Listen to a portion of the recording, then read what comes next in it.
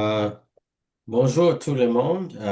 Good morning, everyone. My name is Chris Nanda, and I'm a member of the board of directors here at the Ottawa branch of the National Association of Federal Retirees. I would like to begin by recognizing that the Ottawa branch is located on the unceded territory of the Algonquin Anishinaabe Nation. We extend our respect to all First Nations, Inuit, and Métis peoples for their valuable past, present, and future contributions to this land and our country. On behalf of the Ottawa branch, I'm pleased to welcome you to today's session with Prostate Cancer Support Ottawa. We welcome our speaker, Terry Day, member of the board at Prostate Cancer Support Ottawa, or PCSO. Terry became involved with Prostate Cancer Support Ottawa in 2018 after being diagnosed himself in 2017. He has a special interest in helping newly diagnosed men and their supporters through the challenging initial parts of their cancer journeys. Terry is a member of the PCSO Board of Directors, leads the PCO support peer support team, and manages the PCSO website. He also enjoys opportunities to educate people about the latest developments in prostate cancer diagnosis and treatment. Thank you for being with us this morning, Terry. Today's presentation will go over what PCSO is and their primary objectives, some information on prostate cancer, such as statistics and risk factors, how PCSO can help you, and highlight community partnerships, and where to learn more. I want to mention that closed captions are available in both Francais and English. To access this feature, click on the closed caption button at the bottom of your screen, and to translate to French, you can click on the little arrow next to the closed captions button and select the translate option. Finally, if you do have any questions for our presenter, please type in the Q&A box, and he'll be able to answer them at the end of the presentation. If your question is in French, please feel free to enter the question in French, because we have Louis Lallet qui est ici avec nous et qui peut répondre à quelques questions en français. So that's all for me. I'll pass it over to Terry. Thanks very much, Chris. And I want to especially thank you and your organization on behalf of my colleagues Carl, and Luli Lalai for inviting us here to speak about this important topic. And we're really hoping that you'll find the presentation. It's short, but it's going to hopefully be interesting and informative for you all. So we'll begin, and I'll just mention right off the bat, we are volunteers, and it includes not only survivors of prostate cancer, but also our supporters. That's our spouses, partners, family, you name it. It's all part of what we do, and we're all volunteers. We started out some years ago, actually 1992, so we're 34 years young at this point. And we originally started off as the Prostate Cancer Association Ottawa. That transformed into Prostate Cancer Support Ottawa briefly. And then we started to fall under the umbrella of an organization called Prostate Cancer Canada. They were a fundraising organization helping to provide lots of funding for cancer research, prostate cancer research. At that point, we became known as Prostate Cancer Canada Network Ottawa, kind of a mouthful, but that's who we were. Long about COVID time, PCC was swallowed up whole by the Canadian Cancer Society. And at that point, the Canadian Cancer Society wasn't too much more interested in support groups, and they wouldn't let us use our old logos, our old branding. So we had to rebrand, and we became Prostate Cancer Support Ottawa. We are a CRA registered charity, so we do accept donations. We're now under the umbrella of an organization that started off being known as Prostate Cancer Foundation British Columbia. And once the amalgamation of Prostate Cancer Canada with Canadian Cancer Society happened, they decided to step into the vacuum and become a national group. So we operate under their sort of umbrella nationally. And it's good to have support at that level. Al Carl is actually on the board of directors for that foundation, and he does another number of other things with some of the lower levels at provincial level. So our main objectives are here. We're helping men who are just recently diagnosed with prostate cancer, because that's a pretty big shock, and people have to have some kind of signposts to begin their journey. And that's where we can help, because in the hospital, speaking to doctors, they don't have a lot of time for telling you much about, except for their proposed treatments that they want to go through with you. So we also provide support to the men and their families after treatment. So that's how we get together for meetings that are educational and useful for discussion amongst the members. And that continues in the journey after prostate cancer treatment. And then finally, we're there to promote awareness of this disease and some of the things that go along with the disease and being aware of it. And so this event today is actually an awareness event for us. Let's talk a little bit about prostate cancer itself. The incidence of it in Canada is fairly surprising when you start to look at the numbers. It's really the most commonly diagnosed cancer among men after non-melanoma skin cancer.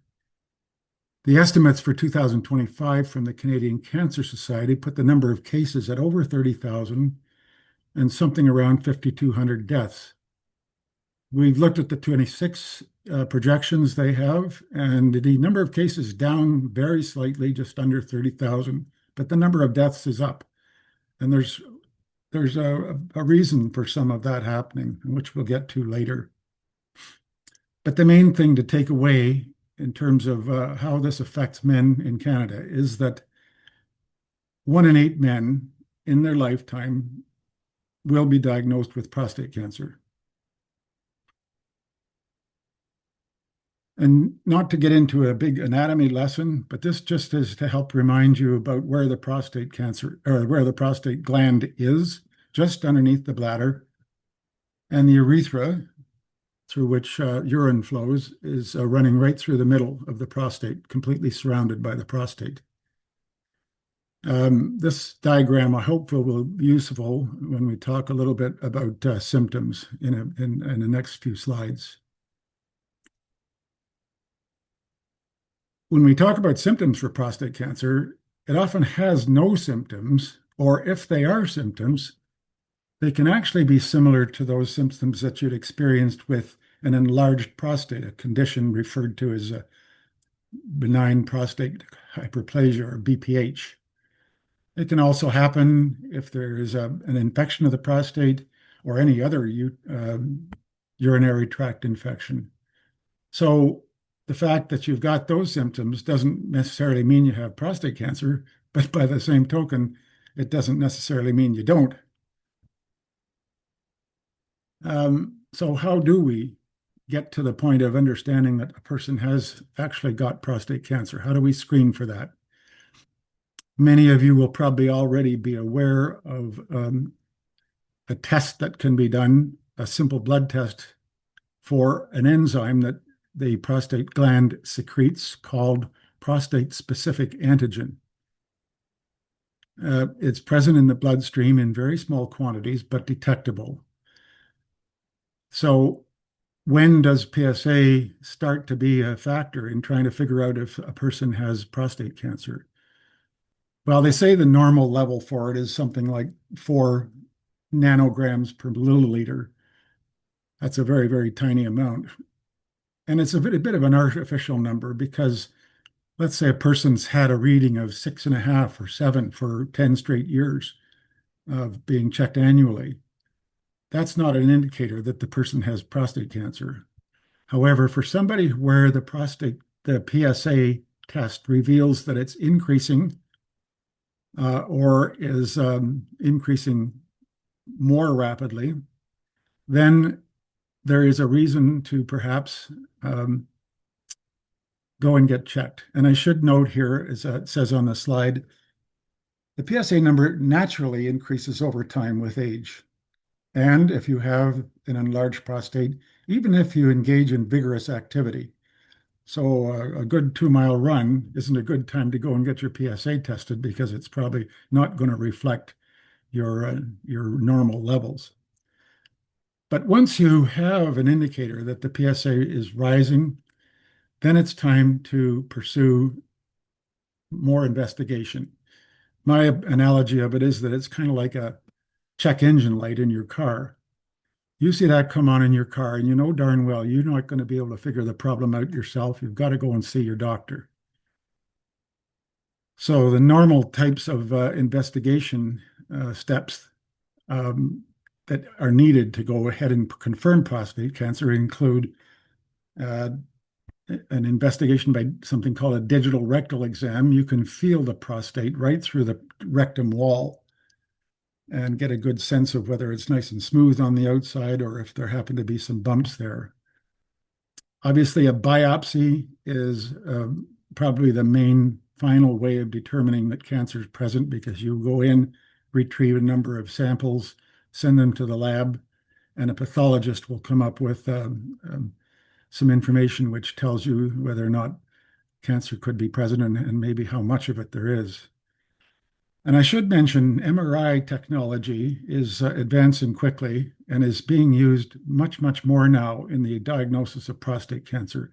It can actually easily see a 3D image of any tumor that might be in your prostate gland. So a combination of things can lead to a diagnosis. The one thing I want you to take away from this slide, though, is that the PSA by itself does not indicate that cancer is present. You really need to go and investigate along different channels to make a final determination. I want to stop and just talk a little bit about prostate cancer screening across Canada. It's actually quite a controversial subject. We know, for example, that women get mammograms regularly, checking for breast cancer. They also get checked regularly for cervical cancer. Everybody in Canada gets checked for colorectal cancer, but that's not true for prostate cancer. There is no large-scale population-based screening for prostate cancer, and it's not supported in any province across Canada.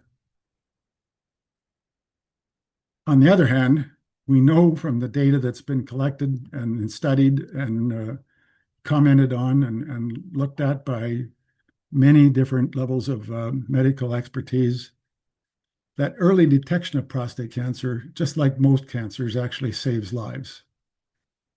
So the question is, why on earth aren't we doing this on a routine basis? Really, at this point, all we can really say is that in order to proceed with a prostate cancer test through using, or at least a PSA test, you need to sit down with your doctor and have an informed discussion and come to an agreement about whether it's actually the smart thing to do. But the question is when? When to start testing? And in order to understand that, we need to take a look at the risk factors for prostate cancer, try to identify those groups of men who are at higher risk. And we can start with age. As we know, I've mentioned already, the older you are, the more likely it is that prostate cancer is going to be one of your partners in life. It's not uncommon to see in an autopsy of an older man that prostate cancer is present. Probably no threat at all, but it's just sitting there growing very, very slowly. Ethnicity is a factor. So here I refer to people of Afro African descent, so Afro-Americans, Afro-Canadians, Afro-Caribbeans. These people, these men, are almost twice as much at risk compared to the rest of the population for prostate cancer. There's no known reason for that, just as there isn't really for age or for this next uh, risk factor. If it's in your family, that puts you at higher risk. So, as I say, none of these risk factors are understood medically. We just know from collecting the numbers that this is how it plays out. And I should mention that the family history thing isn't just necessarily prostate cancer. If there's breast cancer in the family, or if there is ovarian cancer in the family, this increases the risk for a man to experience prostate cancer. The reason being there's some shared genes between men and women that can become basically broken and allow prostate cancer cells to heal themselves and reproduce. And finally, general health is a factor. So diet, obese people are more likely to get prostate cancer, just as they are in almost any cancer. Any people that don't exercise are sort of in the same category. So now we're left with trying to figure out when's the right time to be checked. And again, it's going to boil down to having a discussion with your doctor. But in the face of lack of guidelines from the federal health department, uh, organizations like the Prostate Cancer Foundation Canada, us, Urological Association of Canada have had to sort of force the issue and come up with guidelines that make sense for most people. So on the Prostate Cancer Foundation Canada website, you'll see this graphic. Now, obviously, if there's no prostate, you don't need to have a check. So, but if you're Black, yes, and age 45 is the right age to start PSA testing. And then if it's in the family, again, age 45. And finally, for all the rest of us, age 50. There's no discussion there of what happens to a person over 70.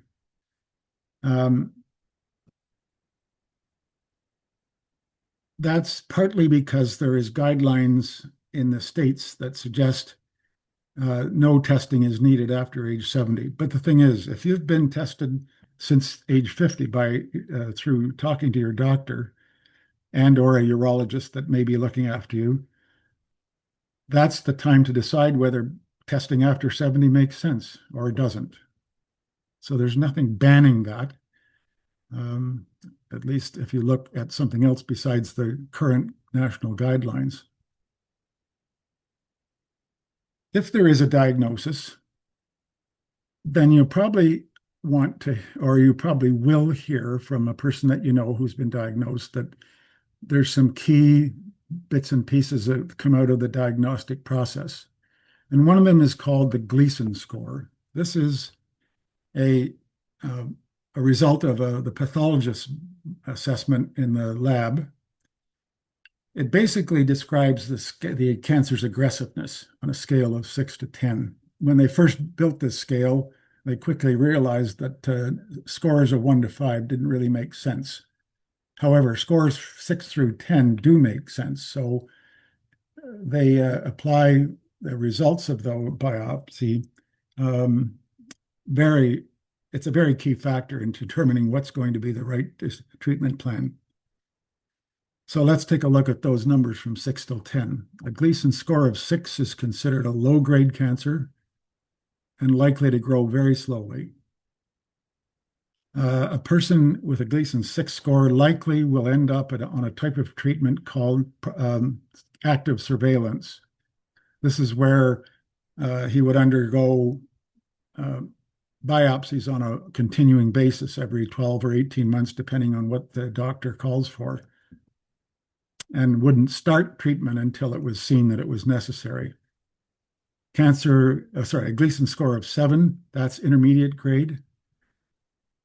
that's where I ended up, and many of my colleagues in the group uh, got going. Um, Treatment is necessary at that point, and so it depends on the individual, but you can end up being a candidate for either of the two main uh, courses of treatment, and that's surgery or radiation. So you have to make some decisions when you're in that situation. And they're not easy. I went through it and I can tell you from experience. Gleason 8 or higher, now that's a high grade cancer and it's estimated to grow a bit more quickly. And it increases the seriousness of the situation. So I'll not do too much more when it comes to the diagnosis. Those are lengthy discussions and involve a lot of technical stuff, but we can talk about that in the Q&A afterwards.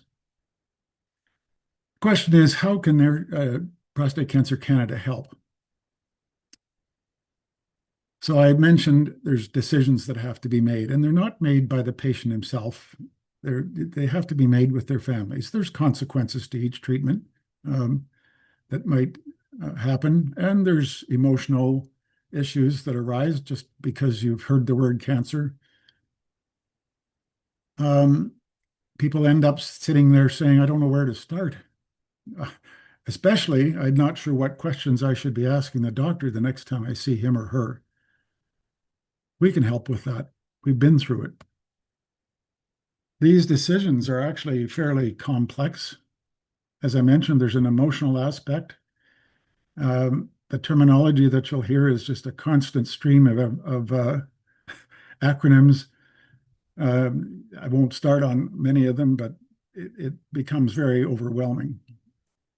And there is this sense of urgency. Gosh, I've been diagnosed. I'm a Gleason 7. I better make up my mind pretty quick here. Happily, you'll meet some doctors like I did. My radiation oncologist consult started off with him saying, I want you to take 2 months to think about this and look at everything very carefully.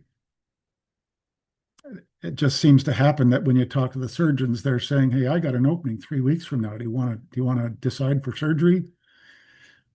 So that again is something where we can help people to sort of slow things down and consider taking a good length of time to get a sense of what it will be like after their treatment. But with this particular disease, we're looking at extremely favorable survival rates. So at 10 years after treatment, the survival numbers are like 92%. Out at 15 years after treatment, they're 85%, roughly, give or take. So a good long period of survival can occur after prostate cancer treatment, but it needs to be caught early because the numbers aren't so good for somebody who's diagnosed right away at Gleason 8, 9, stage 4. We've got the lived experiences of these things. We've been through this. We understand what it's like to sit there and try to make up your mind, to figure out what part of the journey you're at, to find out if there's a need maybe for a second opinion.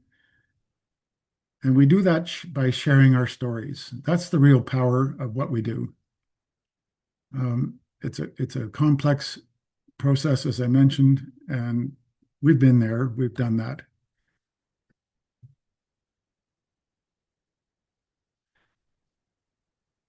Things that we do not do are provide medical advice. We're not medical professionals, so we're not in the business of saying, well, I think you should do surgery and I think you should do radiation. That's not what we do. We just help people to see what the options actually, what the consequences of them are. We don't try to influence people from one way or the other, as I just mentioned. We're not medical professionals, so we can't really do that. We also don't take shots at the medical system. The doctors, the staff, the people who are well trained and extremely good at what they do. The key thing is, if you're going to come and get some help from us, you need to keep remembering that the decision for what you're going to do is your decision. We can provide helpful guidance, tell you about our experiences, but it's not up to us to help you make that final decision.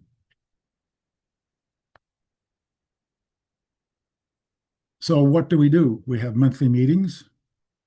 Those are a great chance to get some information from other people, listen to a presentation from a specialist. We have good relationships with the doctors at the hospital, and I'm talking both surgeons and radiation oncologists.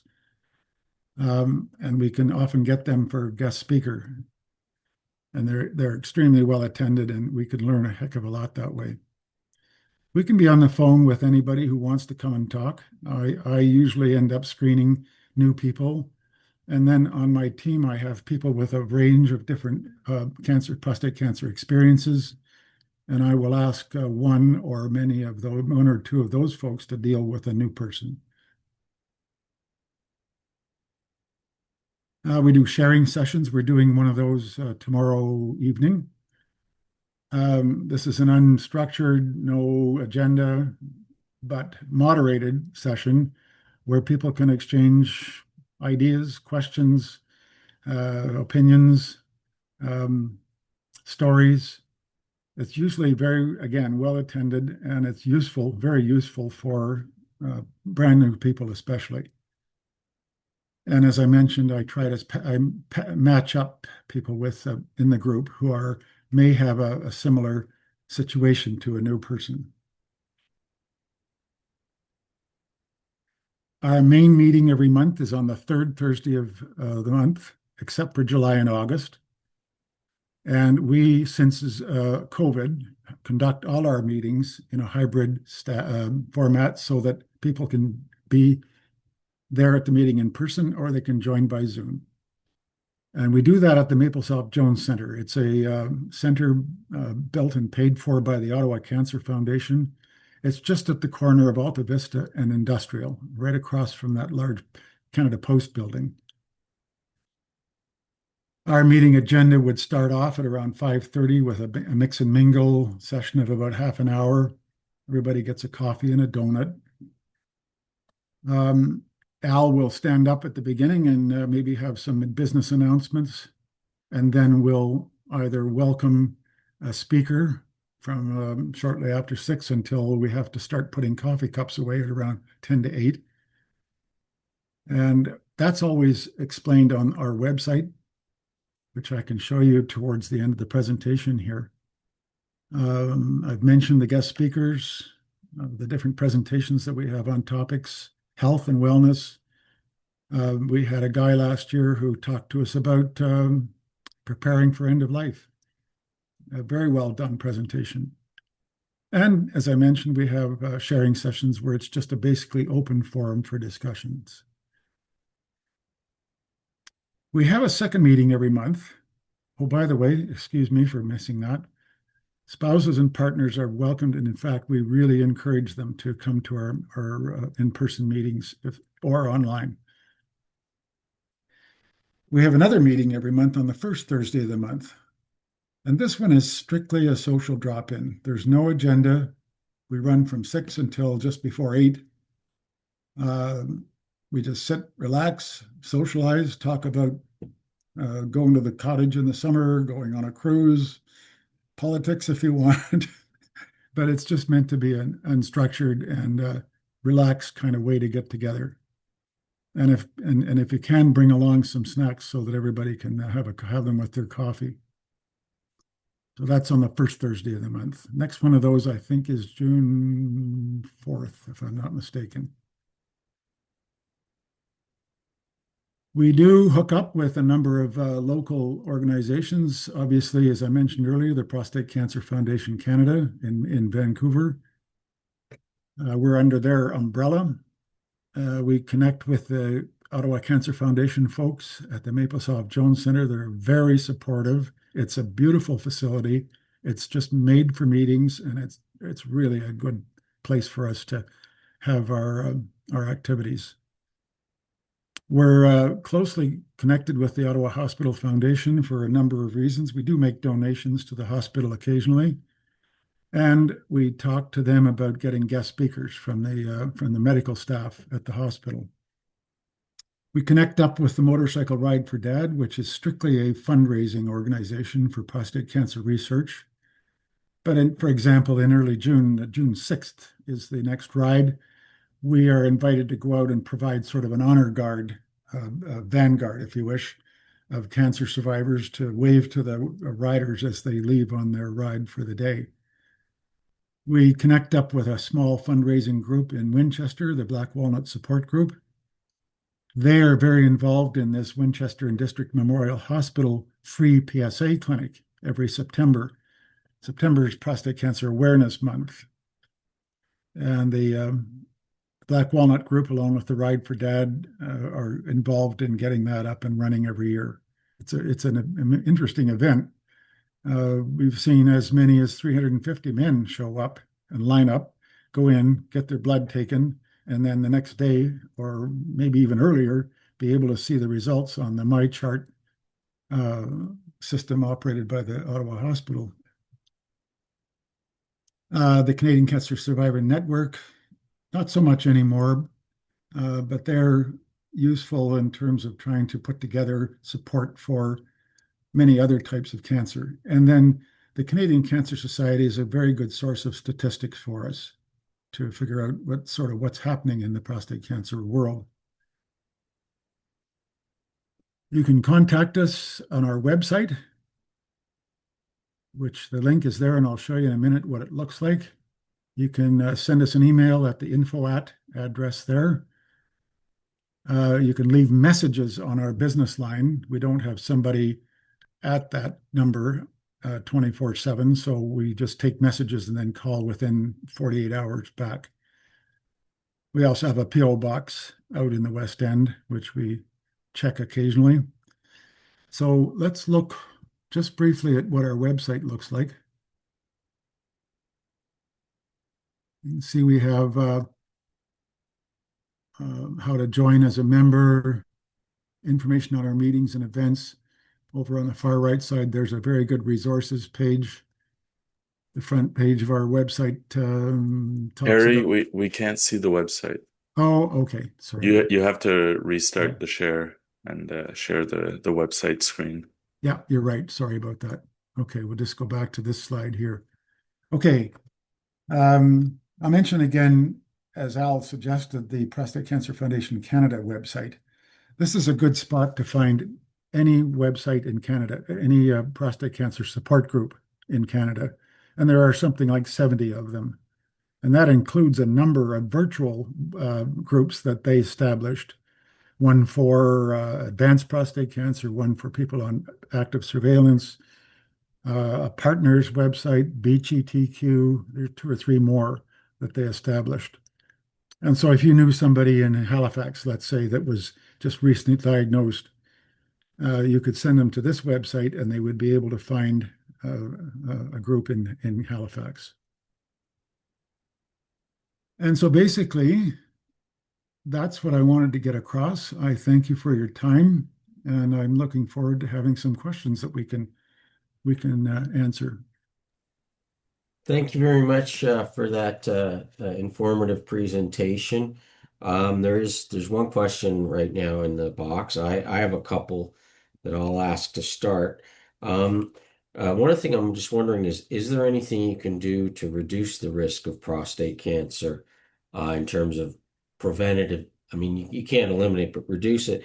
And you had also mentioned about how, like, people of African descent are higher risk group. What about my dad was Indian, so what about South Asians? Are there other ethnic groups that are also at risk?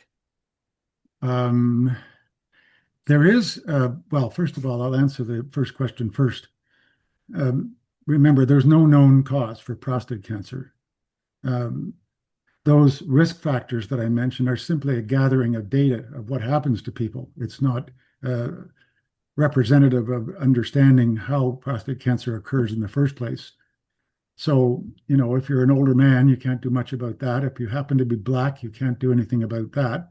If it's in your family, again, that's not something in your control. However, a good diet is a very important factor to prevent almost any cancer. Exercise is another very important element of that.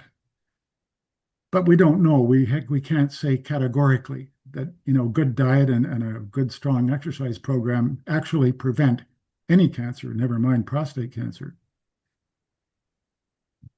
So the second part of your question, Chris, could you remind me what you were asking there? Sorry. It's about other ethnic groups, like I was mentioning. My father was Indian, so like South Asian, or because sometimes there's certain groups that have tendency. I believe, like I think No, South no, Asians, for example, have a higher uh, no. tendency for diabetes and things like that. Okay, they may have a higher risk level for diabetes, but when it comes to prostate cancer, the only known ethnic group that is at higher risk are Black people, African descent. Okay, Does that answer what you're yeah, asking? thank you. I'll go to the question. There's the question in the box, and again, I'd encourage people if they have any other questions. Um, I have a couple of other ones that hopefully other people can identify with, but this is a specific one. My PSA went over 10. Then the doctor put me on dutasteride, and the PSA numbers dropped in half. So my question is, does this drug make it hard to detect a problem if the drug artificially drops the PSA levels? Um, well, the normal regimen when going on one of these drugs is to have routine PSA checks afterwards. So either, initially it might be every 3 months, and then it might slide to 6 months, and then it might slide to a year. Um, so it just requires continuous monitoring. Uh, the If the PSA does not start to rise, that's almost always a case of the drug actually doing its job rather than hiding, as you suggested, a potential problem. So it's a case of a medical regimen where you take the drug, you watch the PSA drop almost to zero in most cases, and you want to keep monitoring it that it stays there. Okay, thank you. Um, there were a couple of other things you said, and this sort of talks about like the controversial. You mentioned that it was there were some controversies or about diagnosing or treating prostate cancer. Why is it controversial to have, that there hasn't been more of an uptake from, in your opinion, from the federal government in terms of our governments from supporting PSA testing, just like there is for, That colorectal or breast that's a very cancer or things like that.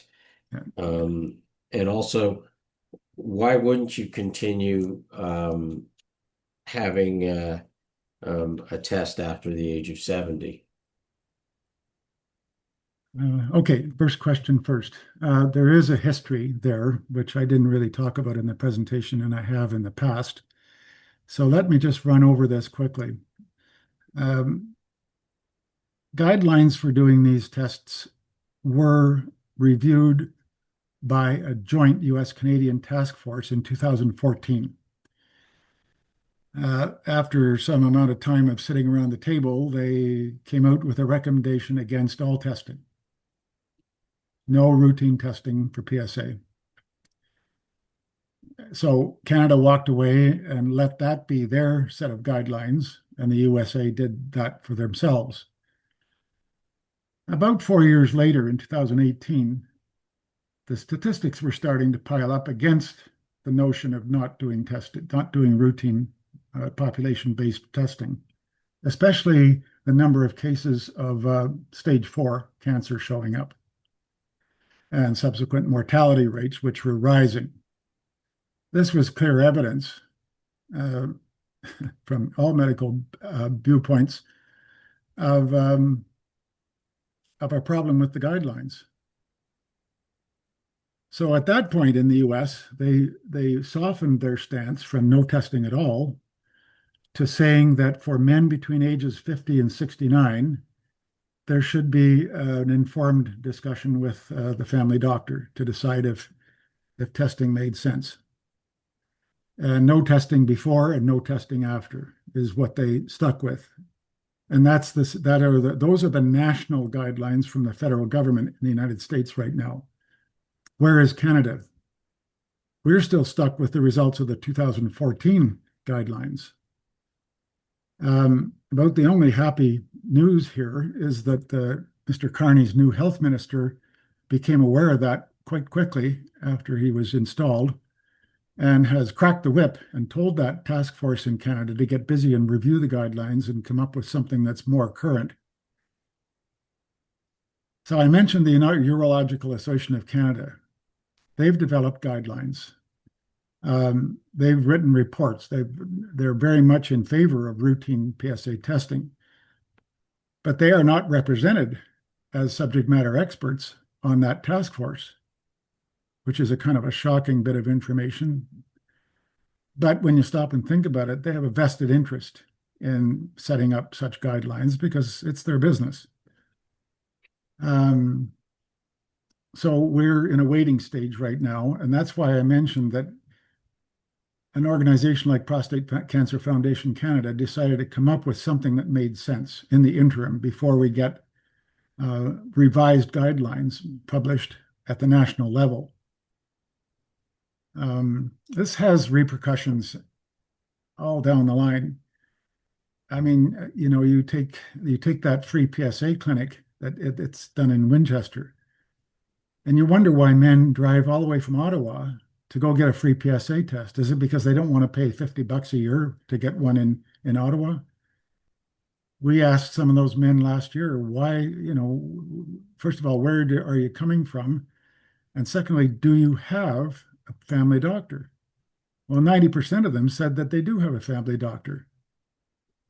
So we should have asked them at the same time, why did you have a discussion with your doctor about getting a PSA test? We'll ask that question this time around at the clinic in September. I obviously in the group and Al and everybody who are members of the board think that routine testing is something we should have, but it's simply not in national guidelines. So that's why it's controversial. Now it's left to the provinces individually to come up with some sort of a way of dealing with it. It's left to individual doctors. And we see doctors who get the results from that PSA clinic sent to them saying, who is this urologist in Winchester that's messing around with my patient? I didn't authorize him to have a PSA test. What's this guy doing?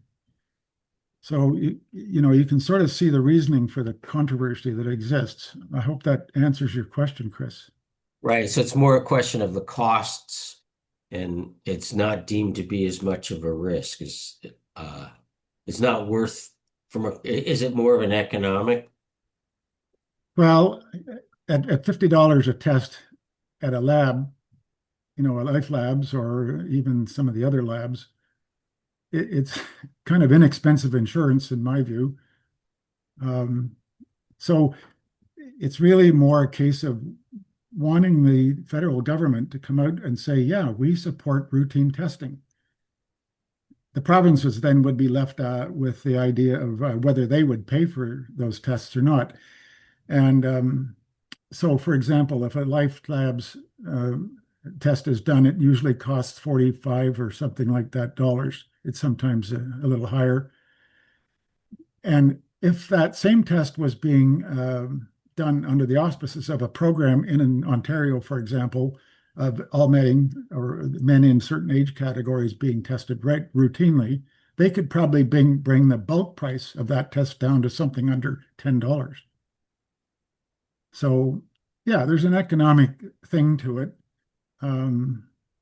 It's hard in my mind, it's hard to get around that being so large a problem that we couldn't address it on a fairly low scale of expenditure. Right. Okay. I mean, that's quite helpful. I know my own doctor, I do get annual reports, and he's always reluctant to do the DRE and even the PSA. Do you really need it? And I sort of have to push him on it, which is unfortunate, but he does at the end of the day, he does it, not enthusiastically, but I Well, suspect that, he's probably conscious of those national guidelines and maybe a little bit scared of being sanctioned for stepping across the line and saying, "Yeah, let's get this guy tested." And he's not right. alone. He's not alone in that respect. Lots of doctors are reluctant. So, Yeah, I mean, the way I look at it, probably a lot of people does, I have breast cancer history in my family and I'm at risk. And, it's sort of like, look, I don't really care. It's my body, and I'm sort of like you. So I think there's probably other people who feel that way. So it sounds like, I guess, one of the things that's been an issue then is, and as you say, the health minister is now acting on it a bit more, but it has been reluctance of the federal government to do anything.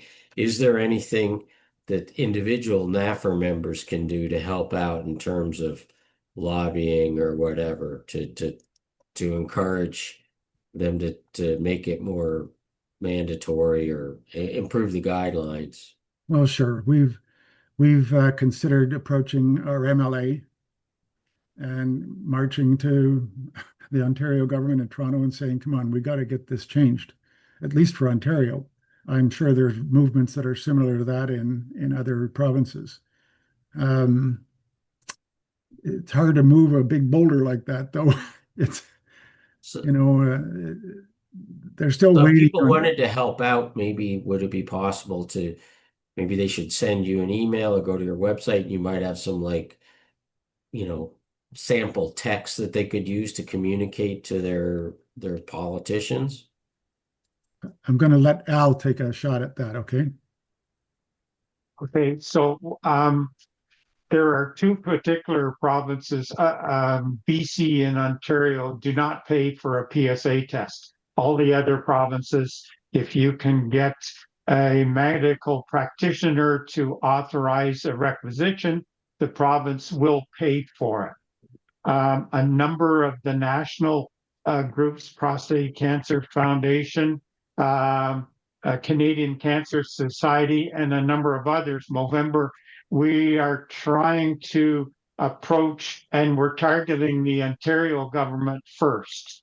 And so they are trying to get the Ontario governments to make changes to the policies, but at the national level, they're also um, putting pressure on the health minister to make sure that this guideline committee starts working on coming up with some new guidance for prostate cancer. But quite frankly, individuals can raise it with their local provincial representative, or in fact, their federal representative. And every little bit helps. Eventually, it'll get somebody's attention. In Ontario, every year there's a member of the provincial um, parliament who puts a private member's bill ahead on payment of a PSA test. Unfortunately, he's done it 4 or 5 times. He hasn't been successful because the government doesn't support that particular thing. But once again, if you can um, identify the issue with your local representative, sooner or later it'll get their attention. And there's also the federally, the government has announced a men's health initiative. So slowly there's more information coming to fruition. One of the biggest challenges is, unfortunately, men don't like talking about medical issues, and therefore sometimes, and that's why we like to connect with partners, because often the partners are more vocal about the issue than men ourselves. So if you have a partner, push him to get tested, and also help him put a short email to your local member telling them that there's a problem. Okay, well, that's good. I was just going to say one of the things for many of us, including myself, if you live in Ottawa South, John Fraser is the MPP. He's the interim Liberal leader of the uh, in the provincial parliament. So one thing, if people are interested, and is to send something to the health minister, the premier, your local MP, and also find out who the opposition critics are for the NDP and the Liberals, and include them in the email. There is one other question that's somebody has put in, and it sort of follows up. It's like, why no testing for people over 70 is the question. Yes, okay. Um, well, in the States, uh, their guidelines is that testing is just not required at all. What should not be conducted? Um, you wonder about that when Joe Biden ends up at age 81 with stage 4 prostate cancer that might have been possible to detect at age, let's say, 72 or 73, and treatment initiated such that he didn't end up in stage 4. So that's in the States. As I said earlier, there isn't any specific federal level guideline about testing after 70, other than the fact that it shouldn't be done at all, because we still stuck with these ancient guidelines that say any age, no testing, no routine testing is what I should say. Again, what it's going to boil down to for the person that asked the question is a discussion with the doctor. If you've been getting tested all the way from age 50 right up to age 70 and everything looks normal, or there might be start to have slight increasing numbers on the PSA, then a discussion with the doctor might lead to a decision, hey, yeah, let's do another test this year, maybe one next year. It might also lead to the doctor saying, I think you're this far, and I don't think that there's any real risk here. I mean, we have guys in our group who had their prostate out surgically more than 10 years ago. One in particular I was talking to yesterday, Doug L. His PSA has gone up to 0.06 from 0.02. And Dr. Morash just told him, yeah, it's up a bit, but we're not going to worry about it. I don't think there's a problem. So he's in touch with his urologist even after 10 years. He's not 70 yet, but he will be, I forget, like 3 years from now. Right. So I mean, it almost sounds like that it's almost like that 70 is almost like random. There's no rationale. I mean, would that be your answer to the original question that the person asked online? Yeah, it really boils down to, again, does it make sense? Is there a discussion you can have with your doctor that leads to a decision that makes sense for both parties? Okay. Well, thank you. I want to just add one other quick technical thing here about paying for the test. Um, Once your doctor, if it's a urologist especially, is starting to be slightly concerned about PSA rise or maybe a DRE that felt something on the side of the prostate, that requisition that Al was talking about in Ontario has a small box that you can tick off if you happen to be the medical practitioner saying, OHIP will pay this. So once you're sort of in the process of suspicion or even confirmation of prostate cancer presence, then those tests can be paid for at the discretion of the doctor writing the requisition. Sorry, Al, you had a point there. I just wanted to make a point on the nothing after 70. The average age of diagnosis is 69. And I was 69 when they picked it up for me. So it's a pretty arbitrary number. If you say you're not going to test above 70, potentially you could miss a lot of cases. So as So I Terry guess the said, thing you just you have to do is talk. push your doctor, even if when you get to Yeah. 70. Yeah. Okay. Well, it's an interesting and kind of doesn't make sense, but such is life. unfortunately. I think that's it for the questions. I think this has been very informative. I know I personally have found I've learned a lot, and there's some good food for thought. So if there are no other questions, I'd like to thank everyone for participating in the webinar today. A big thanks to Terry and Al for their presentation information. And thank you, merci Louis, pour être disponible pour les questions en français. Même s'il n'était pas de questions en français, mais c'est bon d'avoir quelqu'un qui peut répondre à la question. So please look out for our follow-up email that will contain the recording for today's session, as well as more information on Prostate Cancer Support Ottawa. And I'll just get on my little footstool or whatever and just encourage people, if you feel strongly about this, to follow up and write the local elected officials, especially in Ontario, and ask them to take action. The more people,